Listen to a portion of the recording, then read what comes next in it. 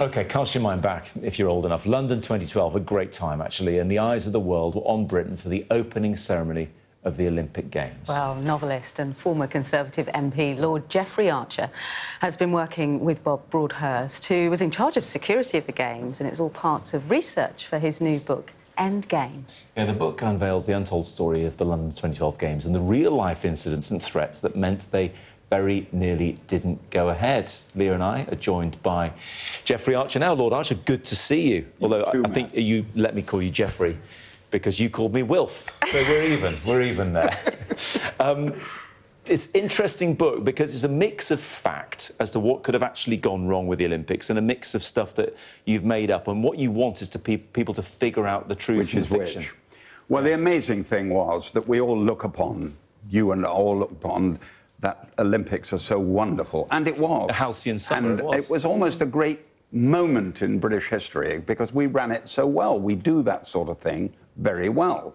So before I wrote the book, I wanted William Warwick's last book, the final book, to be him to be in charge of the Olympics. So I flew over to Monaco and saw Sebastian Coe, and he said, "You don't need me. I don't know what happened. You need Commander Bob Broadhurst. He will tell you." So I flew back, and I thought he might give me a couple of stories that would interest people. He gave me 14. 2 of them which would have stopped the Games. He was at one point within 12 minutes of closing the stadium, and it never got on the front pages because that's what they do. They keep it very quiet. But 14 years later, writing his own book, he's decided to reveal it. So you're right, Matt. What I did was I put his 14 in and 7 of my own, totally my imagination. You have to guess which was right and which was wrong, and one of them will horrify you, and it's the one that happened. OK, well, this is tempting to just say, what is it? Get the book, I know. Get the book! I grew up in the east of London, where the Olympic Games happened. Do you know, I didn't hear a thing about any security risk or threats, so it's a fascinating period. But isn't that wonderful? I mean, Bob always says, what he says about security, if you say nothing, I've won the day. Yeah, OK. If I'm on the front pages, I've blown it. And he got through to the last day without one other thing. And I can give you an example of a tiny one which did get out. In the women's football between North Korea and Portugal, they played the South Korean national anthem. Now, that's a tiny one, but the big one was not small. Listen, you have put pen to paper for years, and you've written, like, I remember seeing Cain and Abel on the bookshelf when I was young, and stories like that have lived on for a long time.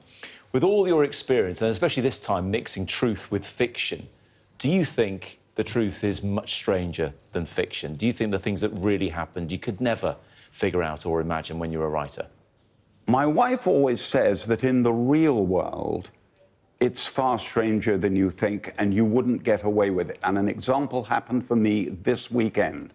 I met a very distinguished academic who said to me, "I need to meet Nigel Farage." And I said, "I don't know him. I've never met him. I'll see if I can find a contact to get in touch with him." The following day, yesterday, I met him for the first time. If I put that in a book, you'd go, "Don't be silly. That was convenient, wasn't it, Jeffrey? You met him you met her on the Sunday, and then you met him on the Monday." You can't get away with it in a book.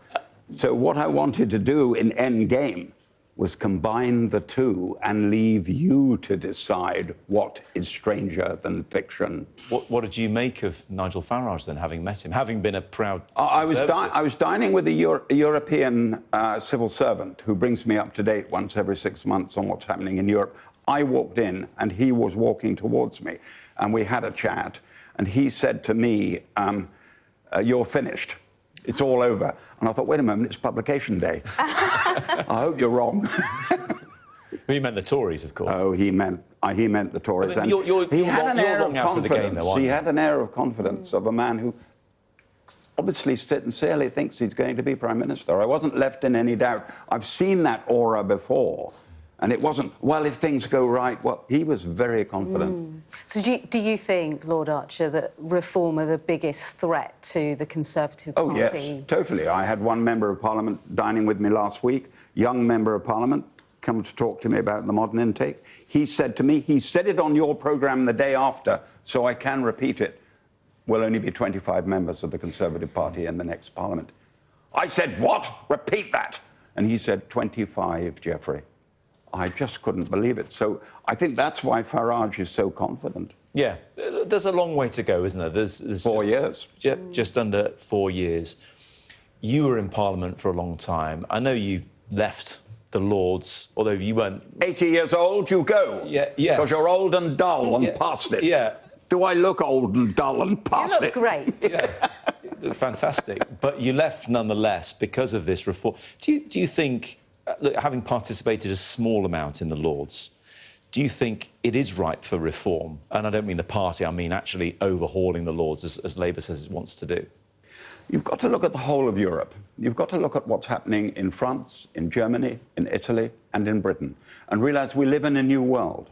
When I was a child, 40% voted Conservative, 40% voted Labour, 20% voted for other parties. That's gone. We now have 10% will certainly vote Labour, 10% will certainly vote Conservatives, and God knows where the rest will go.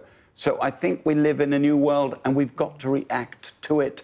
So when he said to me, there'll only be 25 seats, I may have been shocked, but I think it just might be possible.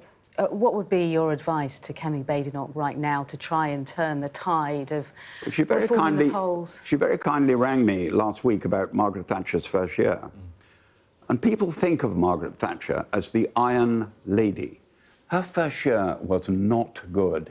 Things did not go well. She got better in her second year. They complained about her voice. They complained about her attitude. They complained about her demeanour.